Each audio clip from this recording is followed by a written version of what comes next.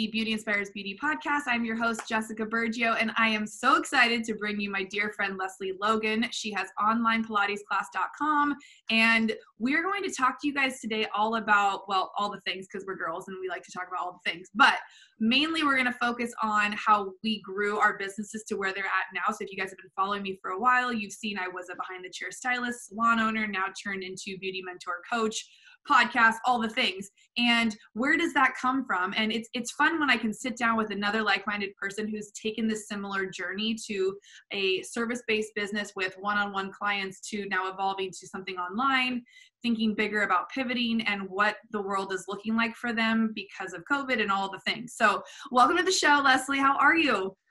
I'm so good. How are you? You're doing good. Leslie and I we've just been talking for the last hours because we just went live. She is sharing her online Pilates class and thought it would be a benefit to the beauty industry, which it is, because we all have to take care of our bodies now that we're back in the salon. And I was like, let's jump on and do a podcast too, because we have so much we could share with everybody. I know. I'm really loving it. Like that my whole morning is with you. Can we somehow do this every week? To me. Okay, so Leslie and I met probably a year and a half, maybe it's been 2 years ago, because when was the Bliss Project? Maybe last September? It's been about a year and a half. Yeah, it's almost 2 years, because it was the Bliss Project of 2019. Right. That we just our hearts found each other over a workout outfit. And yeah. So, when you meet your people, you just connect, and it's you can stray far, but you're always kind of watching and seeing how people are evolving, because I feel like when you can connect with certain people, and that's why this is so important, because there's so many Pilates instructors, there's so many hairdressers, there's so many online business coaches, there's so many beauty business mentor coaches, right? But you have to find people that you resonate with, that you can share in their stories, you think that they're funny, they somehow touch something in you that reminds you of you. So anytime you see somebody doing big things or you admire them, just remember that you are seeing that in yourself as well. And that's, I think Leslie and I kind of share that vibe. Totally. And I've just watched you evolve into this amazing human, which you already were when I met you, but to take what you had and to grow it into what it is, and then pivot even more because the world shut down and gave us a bitch slap of our life. I don't even know where to start, because I know we decided to join this mastermind separately, but we ended up in this mastermind together. And I don't know about for you, that was the first mastermind that I had ever been a part of. It was the first mastermind I'd ever been a part of. I didn't even know what a mastermind was. And my husband was definitely like, what are you doing? He's he really was afraid. He's like, what are you getting into? What are they going to brainwash you with? and it's so funny, as I did that same mastermind again with him. I got him to do it with me, and we can talk about how that changed our lives in a moment. But I remember seeing you in that room and going, oh, thank God I know someone. Even though all we talked was 2 minutes on an outfit, but I just felt like I had met a soul sister. And I was like, I'm going to sit with her because I know her. I don't know what I'm doing here. I don't know what this is. And I had so much imposter syndrome in that room, because there were so many people with all these amazing businesses that they already talked about. And I know you were there with an idea. I was there with a couple things that were trudging along, and I was trying to get them to the next level. And I just needed to be in that room, and everything that I have right now is from just different things I was inspired by in those rooms by those people, and getting to meet people like you. Same. And I feel there's so much fear around jumping into something like that, or committing to you have a course for business. You help other businesses run their online fitness. Yeah. I have a program called Agency. It's with my Profitable Pilates business. And I work with fitness instructors on really helping them grow their business and work on their money mindset, also their marketing, their ideal client, their schedule, all the stuff that people who are in the service industry understand. It's all the same. And so I have that aspect, and I work a lot with people in there, just really getting them to understand how to jump in to a room like that. It's very scary. And you don't really know what you're going to get. I know. And I knew at that moment when I said yes, that I could either stay in the same situation I was in, which was comfortable and I was okay, like you said, trudging along. I don't know if I would say trudging. I just was like, I can play small and it's really safe right here and it's fine. I'm fine. Yeah. Everything's fine. I was like, you know, in my mid 30s and it's just like, things were okay. And I was like, you should be happy with what you have. Like, stay in your lane. Like, you're good. Like, you're making 6 figures. Like, don't try to do too much. Like, but it's like, that must have been some sort of conditioned belief as to, if I made too much money, then I don't know, if I showed up my friends and acted smarter or better, then I would lose them as friends. And that was all I so understand that. I had that entire like experience actually happen while I was in the mastermind. And I felt, and I still sometimes feel so not lonely, but like alone in my journey, which sometimes you have to be in it yourself to really like be able to focus, because I'm one of those people that I care what other people think. And so I'm always like up for like someone's opinion. I'm like, so what do you guys think about this? Or what do you think about that? But what I quickly realized is, for so long, I was asking the wrong people's advice. I was asking people who weren't where I wanted to be. I wasn't asking people who were making more than me how they got there. I was talking to people that weren't doing the things that I wanted to be doing. So I felt wrong and weird. And so when you get into a room like that with 50 other people and everyone's like, yeah, girl, do it. Like, you're like, you feel so empowered. I know. I was so nervous. I had that, like I said earlier, I was like imposter syndrome and hearing everyone's stories. And like, we had to go up and like brag about ourselves. And like, I was like, what am I going to brag about? I'm just a Pilates teacher, which is not even true. But like you, like, I quickly learned that I have a fear of success. And I've like had this like idea that if I had more success, then like some of my friends wouldn't like me anymore. I don't know where that came from. And like, I come from a family that is like, you work really hard, you take promotions, you have this job, and this is the life that you have. And that didn't resonate with me, but I didn't know any different. And so it's really hard when like I say trudging, because I was like, I know I'm supposed to be doing something bigger and better than what I am doing. Not that what I wasn't doing wasn't impactful and amazing and I wasn't successful, but I just felt this calling and I didn't understand where the calling was trying to take me, because I never seen anyone do it. Yes. That resonates so heavily with me. Like, I mean, I would go as far as, I remember asking my mom's a pretty successful business owner.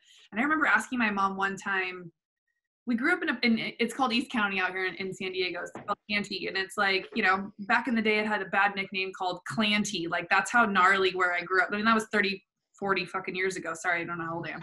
And it's like crazy to look back. I remember asking her one time, knowing that she was as successful as she was, why we never moved out of that area, why we didn't move somewhere nicer or whatever. And I remember she said something to me like, I'd rather be the big fish in a small pond than the small fish in a big pond. And I remember thinking, ooh, I don't like that. That's right. Wow. Way to play small, Mom. Like, and that resonated so hard with me. Like, I'm always one to like challenge everything. So I'm sure she said X. I was like, nope. Why? Like, I always have to go against everything she says. But it's like always had this drive in me that I'm like, that's not going to be me. Like, I'm never going to put myself in a box to where like I've hit the ceiling and I can never go any further. So I grew up in a town called Lodi, California. And ask your parents, if you're not an elder millennial, it's like who Creedence Clearwater's Revival is. And you'll hear a song, very famous. Oh Lord, stuck in Lodi again. They freaking got stuck there. Their van broke down. Like, they had beards. They were hippies in this like super, super conservative town. And they like did a concert to like make money to get out of town. And that song, I was like, I cannot be stuck here. Like, this is not, I just remember being in like high school and this is not where I'm supposed to be. Then I'm like, I'm in the wrong place. And I just needed to get out. And so I like left as soon as I could and like took on student loans and like got a degree in anything. I really did. And when I became a Pilates instructor, it's 12 years ago now. I didn't even, first of all, someone had to tell me that I could become a Pilates instructor.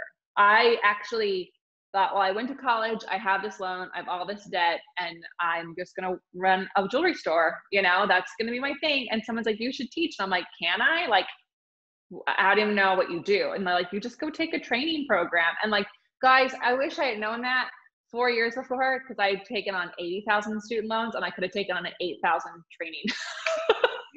Well, that's what's crazy. Like, some people will go into $60,000, $70,000 of debt to get a 4-year degree, but they won't invest like $7,000 to $10,000 into a mastermind like we did.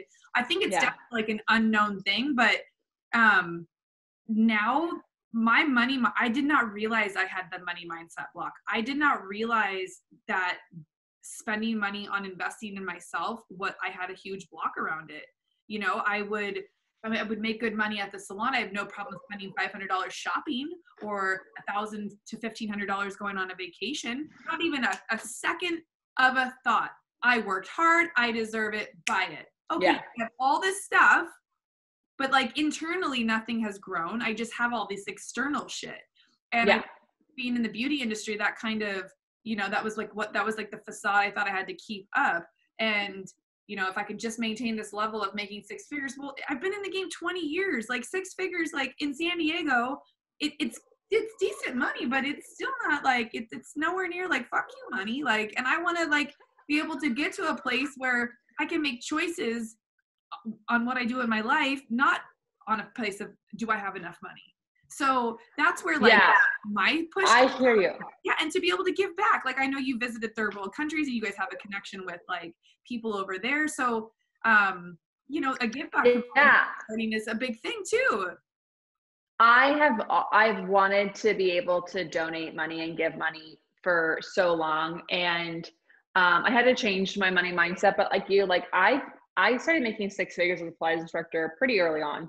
And so like eventually you're like, okay, but when do I get the next, like, how am I get to the next level? And I was really struggling to see how I could do that because I didn't want to own a studio with like 30 teachers. I managed 9 studios in my teaching career. And I don't actually love managing people. I love coaching people. And there's a difference. When did you figure that out? You know, I figured it out, probably, well, I figured it out earlier, before I became a Pilates studio manager. And then I figured out when I was managing people in jewelry store. Like I had, you know, California at all, I was in Orange County. I ran a high-end boutique in Southwest Plaza. And so we're doing over $1 million in sales. We sold $5 mint boxes to $20,000 bracelets. Like it was a really cute, unique boutique that unfortunately we don't see anymore since the 2008 recession. But I just like, I think it's like, I'm so sorry. Can you person edit this out? Cause I lost my train of thought because my dog is barking like a crazy person. So there we go. Okay. So I learned then when I was managing 17 salespeople that I actually don't like managing people. I don't understand how I didn't understand how like you could make more money by just selling more things. And I could train you and all that. And like you would sit there and just want to stand around and do nothing, or you'd want to be late, or you'd complain about how much money you weren't making. That didn't work with me. And then I was offered a job managing Pilates studios. And for some reason I thought it would be different. And it really isn't. Like, I wanted to coach people on how to be better instructors and run their businesses. And I couldn't do that because I had to actually like manage them. Like the studio had goals and I had to get the goals and they had to show up on time. And then for those of you who understand California, there's like laws about clocking in and out, and there's like breaks and there's all this stuff. And like, all I want to do is like actually help them understand why they teach and who they want to teach and help them teach those people. And I couldn't do that. And that's not the fault of the company I worked for. That's just a different job. And so I was like, you know, if I actually want to coach people, I just need to set up a coaching business for people.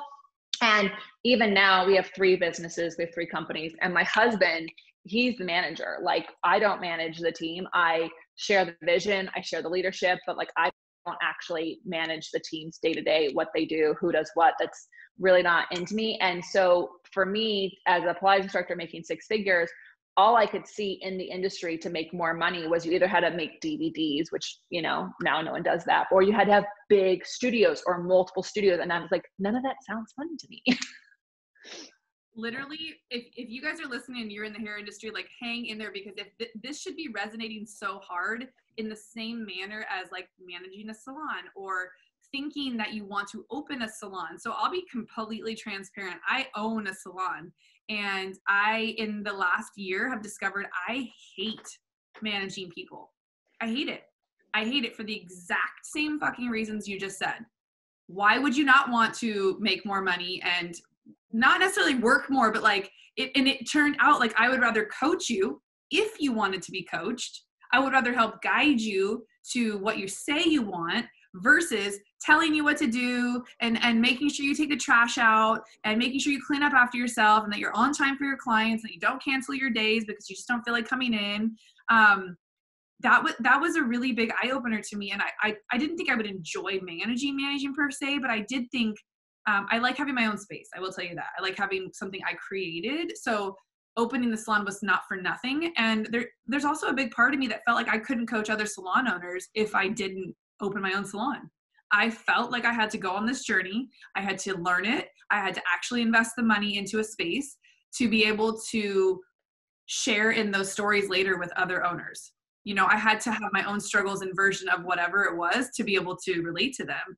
And I get that so much. I totally do, because managing 9 studios for another company is not the same as opening my own studio. And so I definitely opened up my own studio as part of like a way to say, like, I've ran studios, I've rented studios, I have owned my own studio. But I did it in that I was like, I'm going to open a studio that I alone can actually pay the rent. So like I think this is something a lot of people can do. Like, my studio was inside of an office space because people are not walking in LA. And even if they do, they're not like looking around like, oh, here's a Pilates studio. I was looking for that. Let me walk in. Like, I have been in so many brick and mortar Pilates studios and watched people walk in, and I never saw those people come in. So like, I was like, I don't need that. I have to do the same marketing, whether you can see my studio or not. And I really wanted to be able to travel still. And I didn't want to worry about my studio if I wasn't around. So I just found a space that was big enough for me and I could pay the bills and I could run the studio.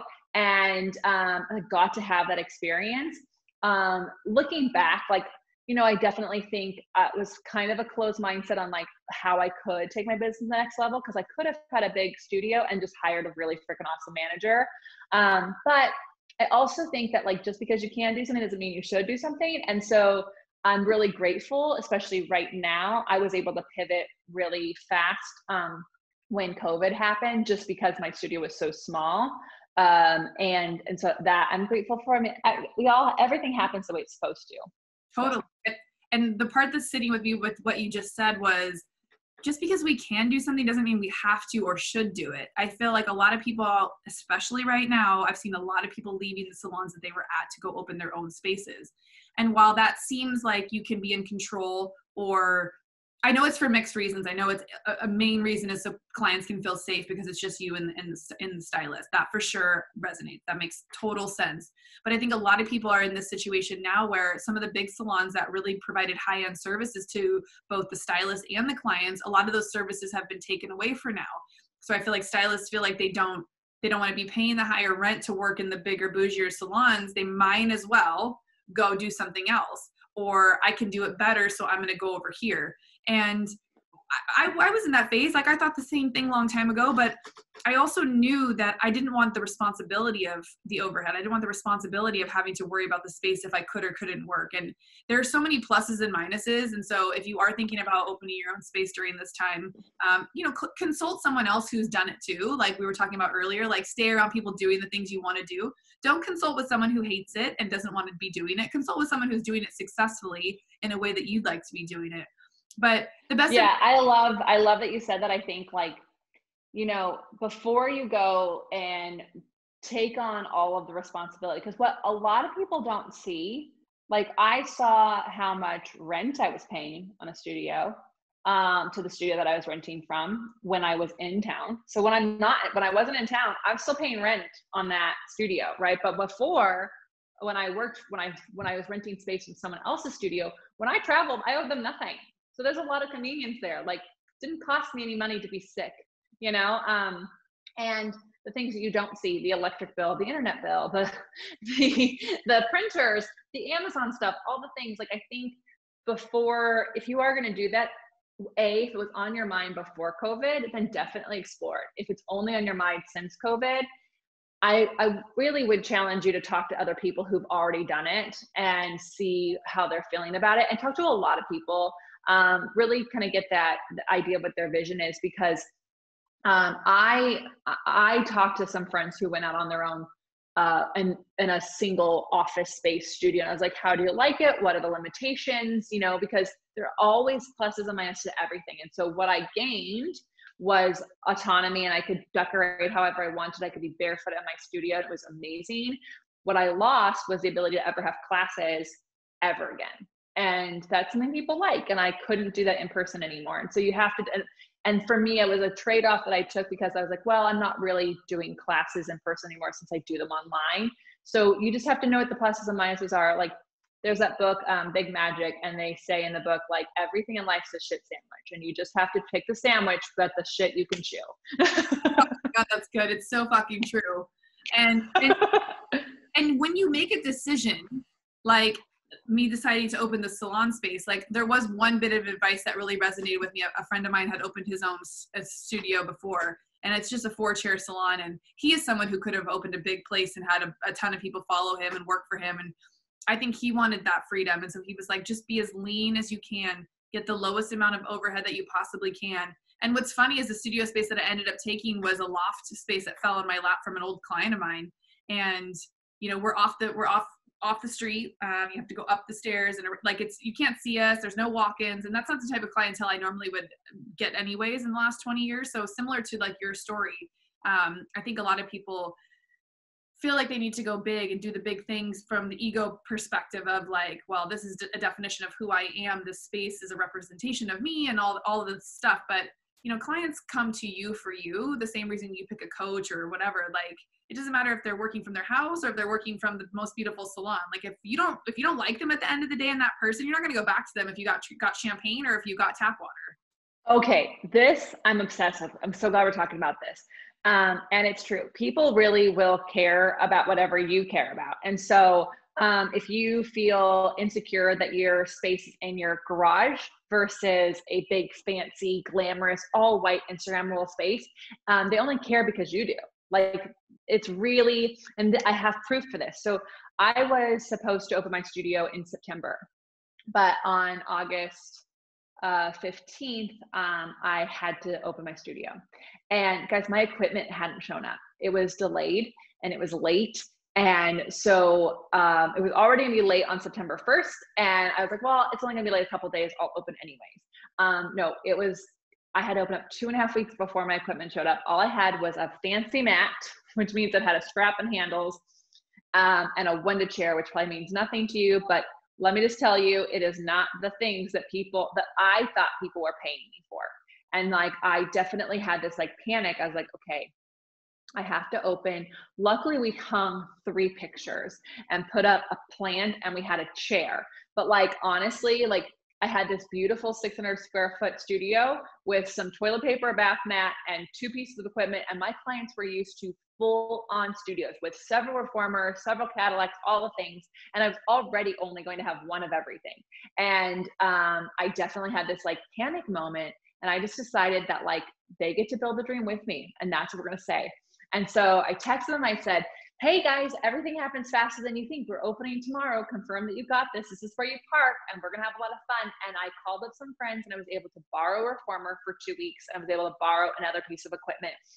And my clients still came 2 and 3 times a week, even though they did not have the pieces of equipment they were used to. Why? They weren't coming for that equipment. They were coming for me and how I made them feel and what I gave to them. And so guess what? I didn't spend a single dime extra on any more decorative anything, because it didn't matter. And then over time, I started to move into the space. But I mean, I really was like panicking, like, we have to have all the stuff done. We have to have all this stuff. I want it to look beautiful. They're coming to this space. And they actually just cared how I felt and how I made them feel.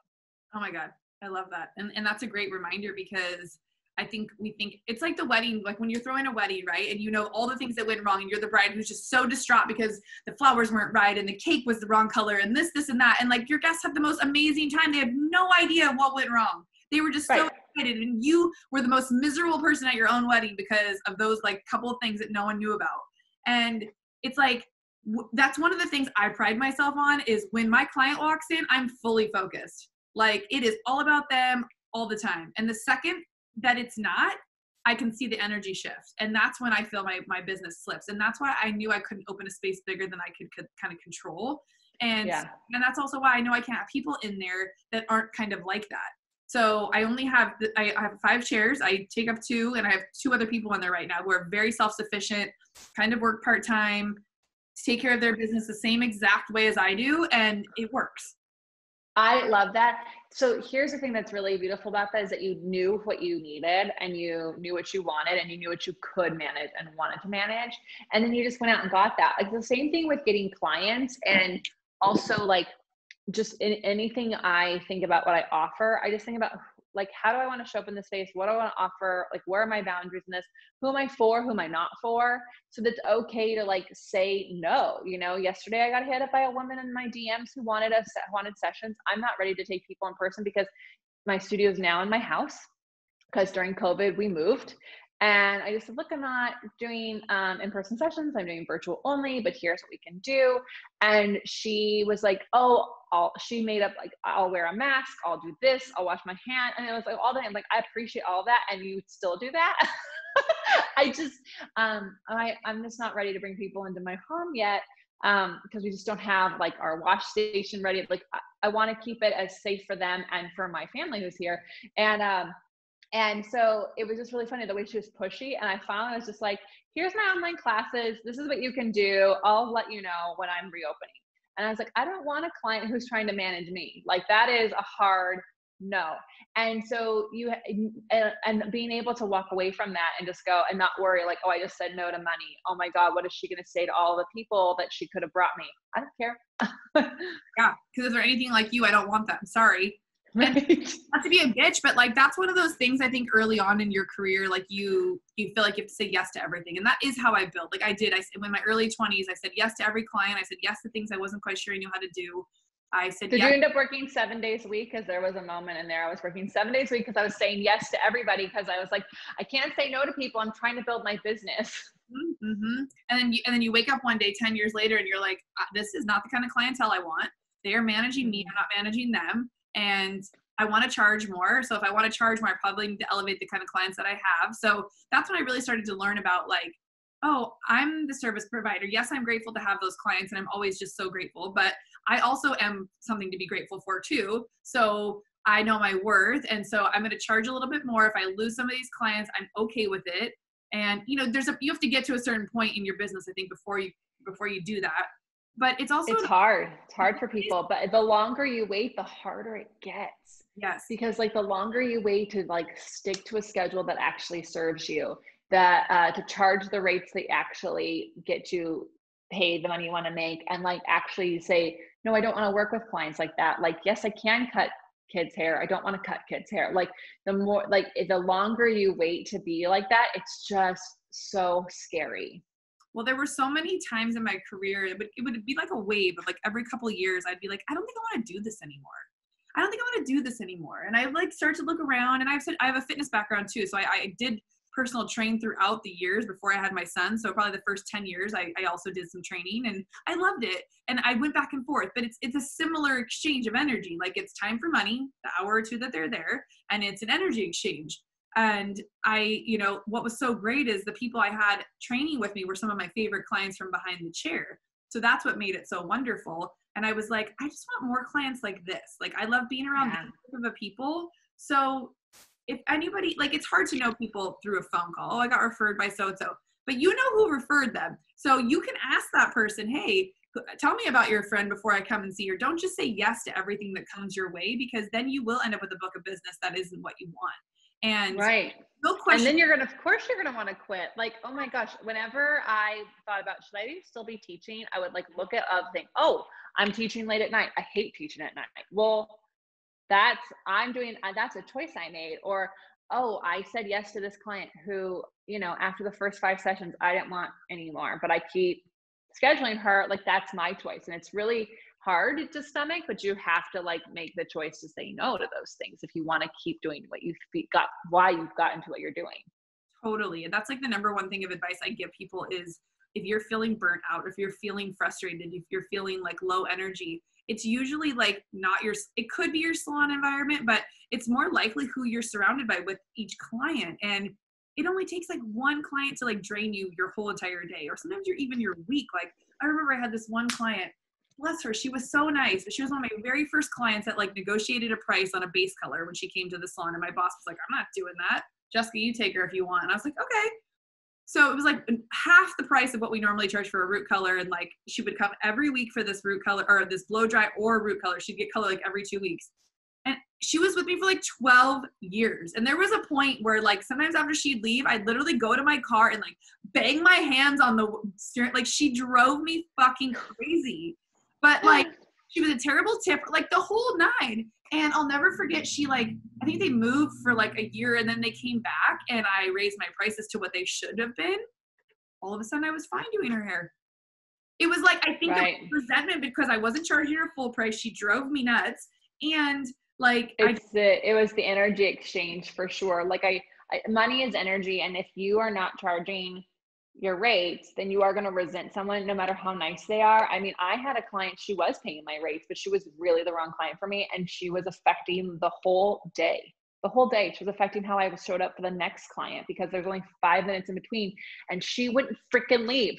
And then she would also like start to talk to my client and like make my client feel weird. I had to, she would change her schedule all the time. And I was like, you are more work than you are worth. And so I actually just said, like my travel schedule is really picking up because it was not a lie. And I said, I just think it's better if I find you an instructor who is consistent with you because of the pain that you're in. And so here's your $1,200 back. I like paid her back the sessions that she had already paid for. Oh, you guys, it like that breakup did not go well. She was very unhappy. She did not want to go. She wanted me to work with her still. And her true colors really came out, like this anger in her that I had never seen, but like I had this feeling the sun is in there. And the email she sent me was so mean. And I just said, I'm sorry you feel this way. I really can't teach you after this email. This is inappropriate.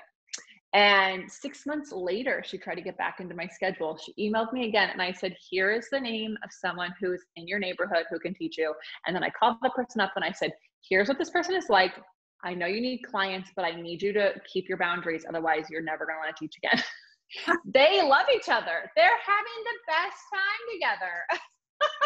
See, sometimes it's just not a right fit. And I feel like some people, like how hard for someone to give, like luckily with hair, we don't really pre-package like sessions like that. But when I did personal training, we did. So I can only imagine handing someone back $1,000 or $2,000 and being like, I cannot even be in your space. Like that's a huge lesson because I feel like once you start doing someone's color, like they're invested in you. If they like how you did their hair, they're going to keep coming back, and they come back every 4 to 6 weeks and they sit in your chair for 2, 3, 4 hours. Sometimes a lot of time.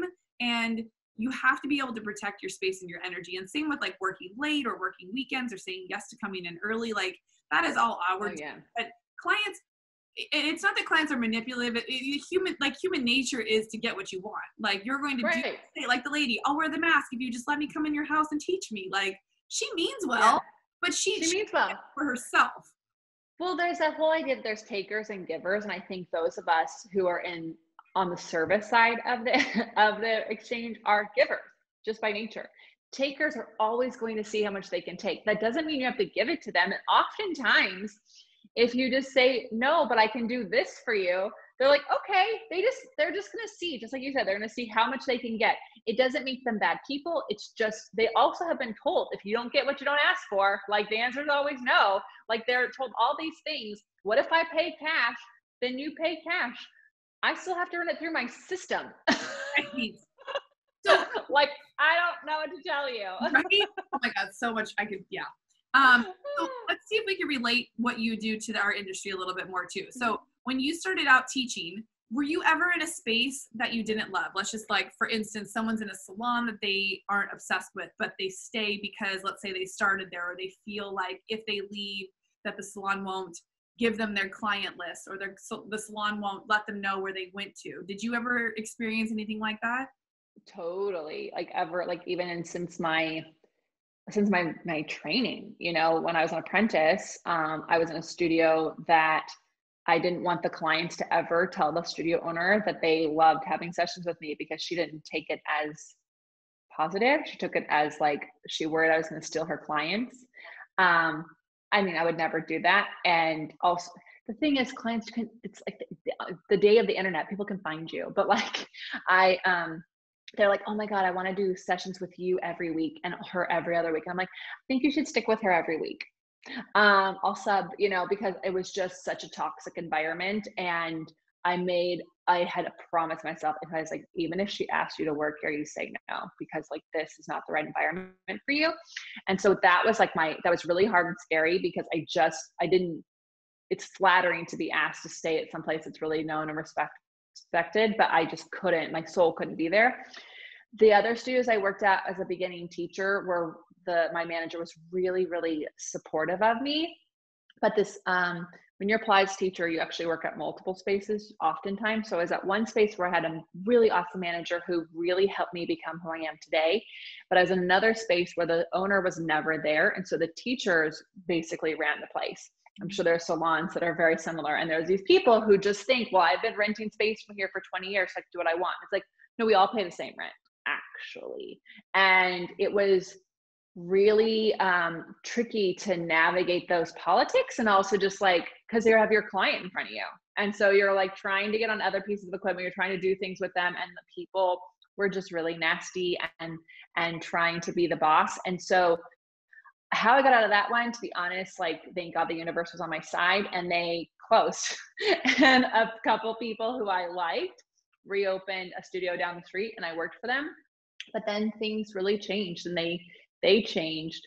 They changed how they manage things. They changed their attitudes. Instead of being abundance mindset and being really supportive, they became very scarcity mindset, and like trying to keep things, like trying to have their hands in things that weren't theirs. And as an independent contractor, so I was not an employee. So I got all of my clients. I brought them to the studio. I had a YouTube channel. So they are actually benefiting from my YouTube channel, because I would say I'm here at the studio, blah, blah, blah. And people were coming in and going, oh, I watch your YouTube videos. And so I thought that would be enough for them, but it just really wasn't. And how I got out of that was when I decided to open my own studio. When I realized it wasn't the right place for me to be, for my clients to be, for my energy to be, because it was really scary and hard. And I'm not saying that that's the answer, but I do think what is important is when you go to find a space, you should really ask the owner or the person managing, like, what is their vision for it? Who are they wanting to, like, what did they want? What's the energy they want to have and the environment they want to have? And like, see how their vision aligns with yours. It has to intersect somewhere. If it doesn't, it's not going to be awesome. And you chose to say yes to being there. And so I wish I had known that at every stage of the game, because if I had known at the studio that the owner wasn't even involved, I would have known that wasn't a great place for me as a young teacher trying to like navigate my business and all these people. And if I had known at the other studio that their ultimate goal was to like be the ones that were known in their space, I probably would have gotten out sooner, because they would have seen me as competition. So I would have known that. And so I think it's just really important to actually interview. It's a two-way street. It's not just them deciding if you're right for the place. It's you deciding if you're right for the place too. And just really knowing what your vision is and who you're trying to reach. Because if you're trying to reach a certain type of client that they're not attracting, you're never going to be happy there. It's going to feel like an uphill battle. I know that everyone's relating to this so hard. I hope you guys are finding yourself in her story, because like when she says studio, it's salon. When she says bosses changing, it's your owner. When she says you are just as much interviewing that studio or salon as they are interviewing you, like all of that is so relatable. And that's why I was so excited to have Leslie on, because I know her journey has been similar to a lot of people who are in our industry, with being an apprentice, an assistant, starting out at a salon, building the clientele, thinking you can't leave because they helped you so much, you owe it to them. I know a lot of owners that make stylists feel like that as well. And sometimes, yes, there's so much poured into the new stylist, there's so much poured into the new staff that of course it's going to be an emotional connection. Of course it's going to be difficult, but when you get into the industry, and that's why like the mastermind that Chris started was so, he used a key phrase that resonated so hard with me. He said, this is for anyone who's found themselves to be an accidental entrepreneur, which is basically what we ended up being, right, Leslie? Like, yeah. I definitely did not think I was ever going to be an entrepreneur. No, I got into hair to just work at a cool salon and like love what I did. And I think a lot of people go to beauty school or they go to train for Pilates or become a personal trainer because they want to be in control of their own business. They want to work in a fun environment. They want to do something they have passion and purpose behind. But and even they might even say, I want to own my own studio one day, but they don't follow that with, I want all the business bullshit that goes with it and the politics and the navigating and the managing the people and like learning your books and all that stuff. Like a lot of people like you and I are more like creatives. Like we're not like the super organized, like Brad, like, right. Or like Chris or Nick. And I know. Thank God for my husband and that he now is on board with my companies. I just met with another coach just for like a weekend to really dive into our roles, because since COVID and how our businesses has pivoted so much, like guys, we're talking, I don't even wake up in the same bed that I woke up in March. Like, so everything is totally different. I was getting really frustrated with some things. And the reality is that because I founded these businesses and my name is all over them, that I was being called a CEO. I'm not a CEO. I'm a creative. I'm an artist. I'm a founder. I'm a leader, but I don't actually want to know all the stuff that the CEO has to know. And my husband is actually the CEO. And so we're like, whoa, then let's just change our titles. And like, just like that, life got so much better. My God, that's crazy. And that I feel like in our industry, there was one thing that I noticed because, I started those networking brunches for hairdressers back in January of last year.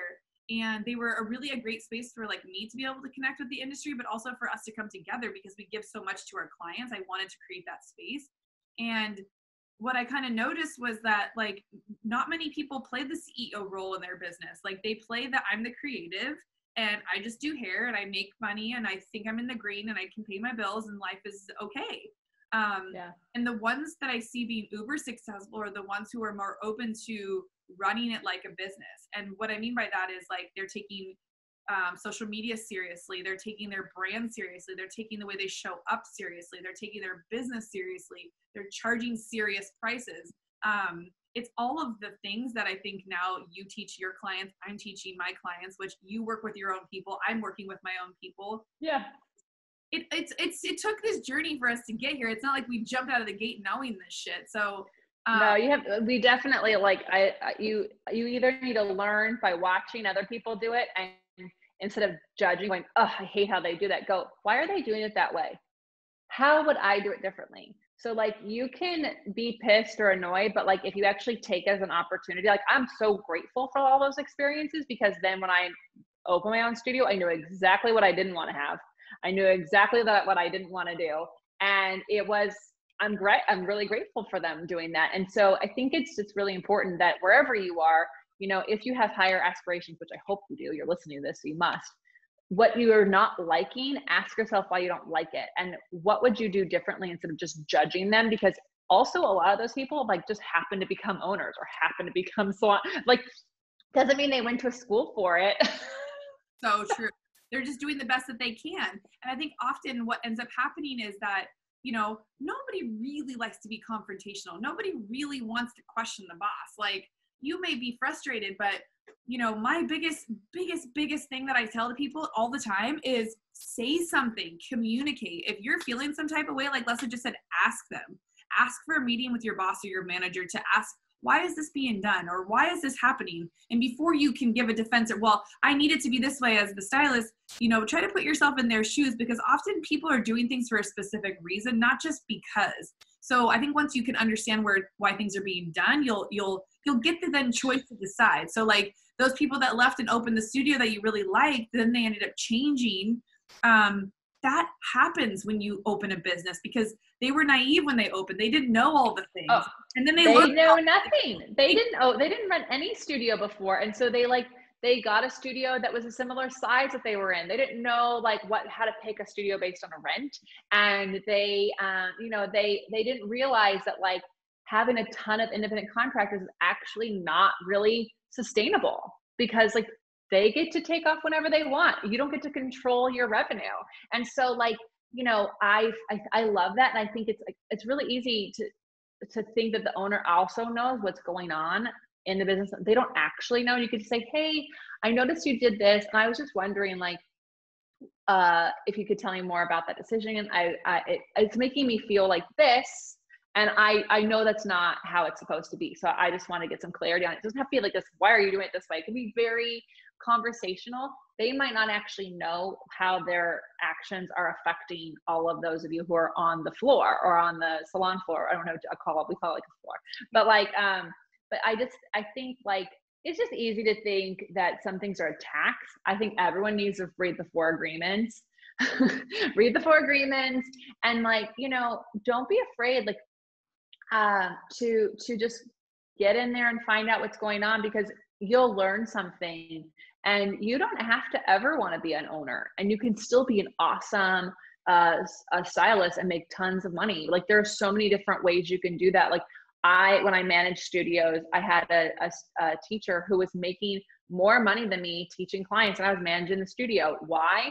She never wanted to manage people, and someone had offered it to her, and I said, look, just so you know, here's what you're looking at. You really like doing this. What if you just like did it like this? And we are able to get her a higher rate, get her commission, like all this stuff. And so she could just do what she loved. And so I think it's really, you know, there's a lot of different ways to be successful under whatever definition you want. And you don't have to always like keep rising the ladder or keep following the path that everyone does in the business. Yeah, I agree. I totally agree. So this may be a little off topic too, but you guys ended up moving. So you guys were LA for what, the last 7, 8, 9, 10 years? How long were you there for? Ever? My husband and I didn't know each other, but we both moved to LA in 2007. He moved from Philly and I moved from Orange County. We met in end of 2013. Started dating in 2014. We got married in 2015. And when 2016 was when like my accidental entrepreneurship really took hold. And we had to make some big changes, and we never thought we'd leave LA because we had the tiniest apartment, but we lived in the most amazing spot and had a backyard with rent control. In LA, you just don't leave. And we traveled every single month. I traveled the world teaching people how to teach Pilates, teaching retreats, teaching business courses. So Brad ended up quitting his job and he had his own company for a while, and he would travel with me because he could work from anywhere. And then in one of the masterminds, he had a coach who actually was talking to him about like what he wanted in life and like what would make him happy. And the coach was really cool because he's like, you know, you can have all of that if you worked with your wife full time because she's doing that. And so, and he'd asked me before, he's like, do you want your husband full time? I was like, oh my God, I would freaking love that. Like, I would love that. I need him full time, or I need him no time. I need to hire somebody else. And so he came on full time in December of last year, and we like started making massive changes in January and February. And we were in Cambodia, March 1st to the 14th, which like obviously March 11th is when the World Health Organization called us a worldwide pandemic. And when we came back, my studio was closed indefinitely by the mayor. And I was really lucky that I already had some diversity in my income, in that we were pushing most of the income to come from all the travel. But I had been teaching clients virtually already, and my in-person clients had seen that. So I had clients in Poland and Australia. So they'd seen me teach people virtually.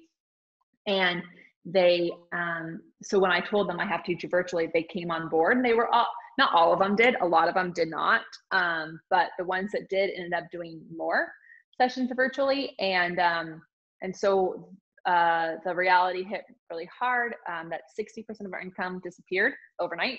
All of the retreats I had planned, all the workshops I had planned, we were supposed to be in 8 countries by now, and all of it gone. And who knows when we can do that again. So in May, we were like, this is going to go on for a long time. And we live in a really small apartment with no AC. It's actually, when you peel back the curtain and you take away all the glamour of our lives, and you're like, oh, well, why are we here actually? And the reality is that we were like, we could move. All of my business is virtual. And so we moved, we bought a house in Las Vegas. We live in old Vegas. So like Frank Sinatra and Elvis used to live in our neighborhood and on our street. Like, so it's this really cute Palm Springs house. And we had to pivot our entire business. So now I only teach online and I coach people and their business online. And we will bring the retreats back. But a lot of things in our business might not come back, and that's okay, because that's the pivot we had to make. Wow. That's incredible. How cool. So how did you end up with Vegas? I know that you had shared that story before, but I'm just curious how you ended up. Oh, Vegas? Yeah. So it's so weird, because I definitely never thought I'd ever live in Vegas. But I went on a pop-up tour, meaning that we wanted to road trip for the holidays, because I hate flying in the holidays. I fly so much, and flying with people who don't fly ever, it's what you get when you fly in the holidays. And I also just I don't mind spending money. Like, I invest in Masterminds, and like I invest in my hair and my lipstick, all that stuff. But I hate overpaying for a flight. Hate it.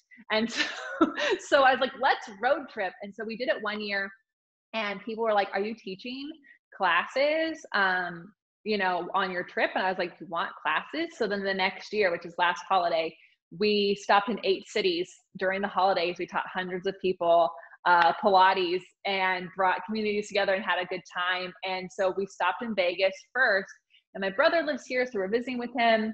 And, we thought we'd move in like 2021, 22, because we felt like it was time to get more space.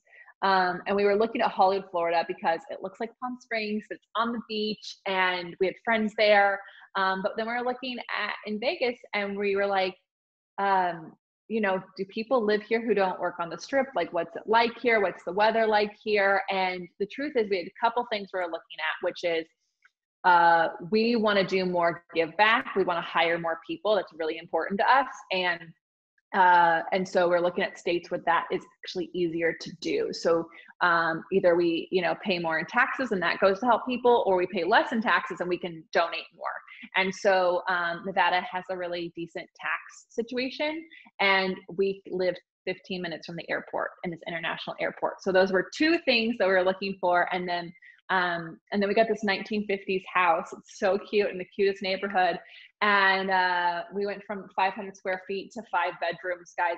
It's like freaking crazy. It's like, we have to yell at my husband to FaceTime me the other day. It's like, it's so weird. Speaking of, going back to our beginning of our conversation, like on fear of success, like, it took a lot in me to not, like, I had a hard time telling people how big the house was, because I felt like,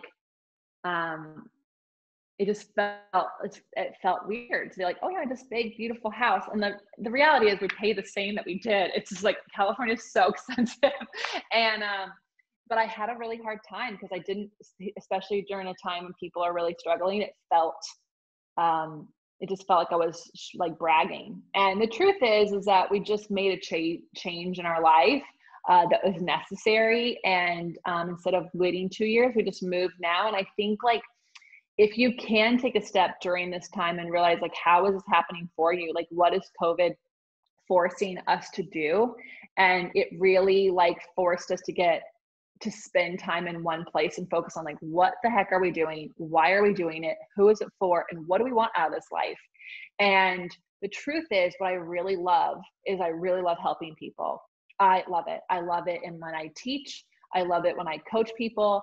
And I have this desire that I actually really, really want to be someone who could be like an angel investor in women's businesses. Like, I really want to do that. To do that, I have to make more money. To make more money, I had to be in a spot where I could, like, sit and create and think and focus. And COVID took away 8 flights to 8 different countries, and all these different things that I liked doing and I could do. And I definitely miss a lot of it. But what I get to do is, I get to now teach thousands of people Pilates around the world, and I get to teach hundreds of people on their business. And we're getting to a point where I get to have a little bit of money set aside that I get to invest in women's businesses, and I get to donate to charities. And now I have a different reason for showing up every day. And, I think I was looking for this 2 years ago, like when I was going to the Bliss Project, and like for last year when I was in that mastermind. And it took literally having most of my income taken away from me overnight to go, okay, what do you really want? And I have to tell you guys, like, it's not easy to pivot. And I know as salon, I feel for salon stylists and like also the teachers that I know who love to teach in person, the creativity you have to get to do what you love, to like cut hair outside or whatever, is really tough. But like, also, I hope that you also have this time to realize like other things that you can do and what you can teach.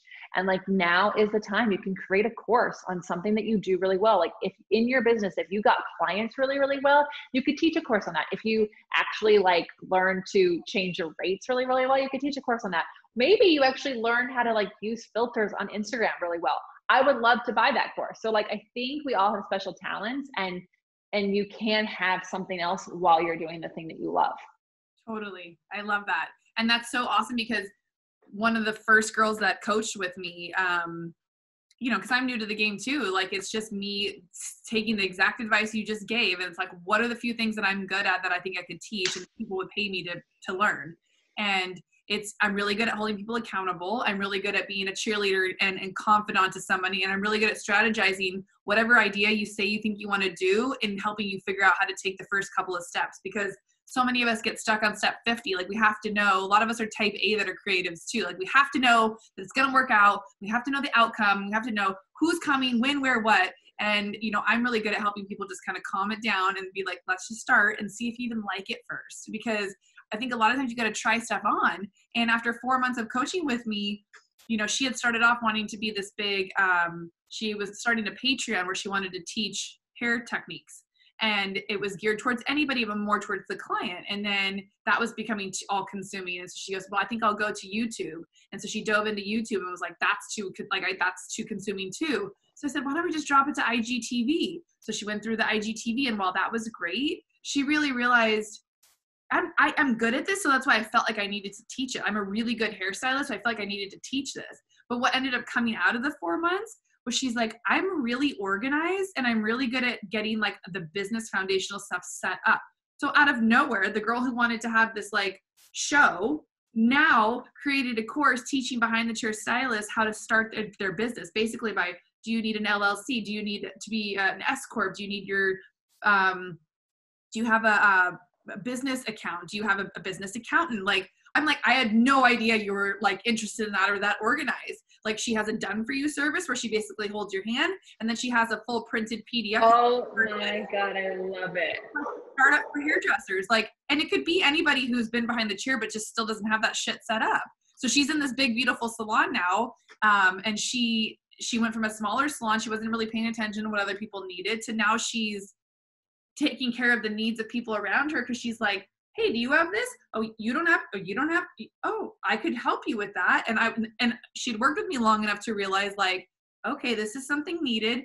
I'm good at this. I like serving in this way. Boom, we created her a course that now she's going to profit on the side besides just doing hair.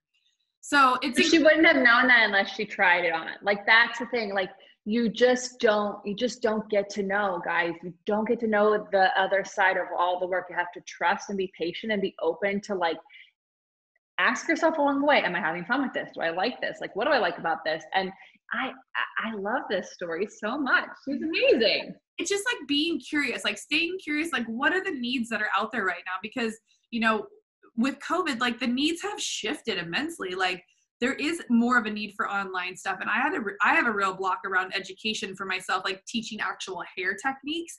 I love to teach this kind of like mindset coaching business stuff. So I had to like get better at it. I had to go get coaches to try. I almost had to like re-apprentice in the coaching world like I did 20 years ago for the technical part of being a hairdresser. So like, I had to pretty much start all over and be the baby, which I had a hard time. Like, my little ego was like, I can't, like, how can I charge this little first? But you have to start somewhere to try it on to like build yourself back up.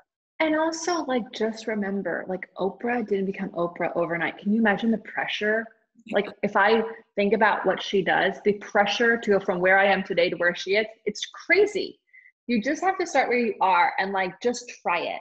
And I mean, like, I think it's really easy to get stuck in where we are and think that everything is happening to us and these people are controlling what I can do. They actually are just taking away a distraction for a moment for you to just get curious in your life if you're really open to it and you're an action taker, you'll get clarity. You'll get so much clarity. I'm really like, I'm sad for everyone who's suffering in so many ways, financially, physically. People are dying during this time, but also, you know, I still have to wake up every day. So what am I going to do? Because I got lucky to still be here. How am I going to make the most of it? How do I see that this is happening for me? And I have to, like, everything we've done is not because we are magical and magicians. It's just because we're open to, like, what can we do right now with what we have available to us, and what do people need? And you'd be surprised. You'd be really surprised. So I love you. I could talk to you for hours. Yeah, let's end on that. That's a great one. We'll have to do a recap of how we ended 2020. We'll do an end of the year, like, catch up again for everybody. I think once the podcast is fully launched, because that should be we're recording this at the beginning of September. I probably will have the new site and everything launched at the beginning of October, so they probably won't get to hear this till then, but we will definitely do like a January, whatever, and see where we're at again. Done. And where can people find you? Because I know this is so needed, and I know so many of us in the industry need to be taking better care of ourselves. And I love what you said earlier in the live about Pilates is just an addition to anything else that you might love to do as far as like moving your body. So where can we find you and follow you? Follow. Oh yeah, you can follow me on Instagram at leslie.logan, LESLEY.LOGAN, and you can get tons of Pilates free tutorials and also online classes with me at onlinepilatesclasses.com.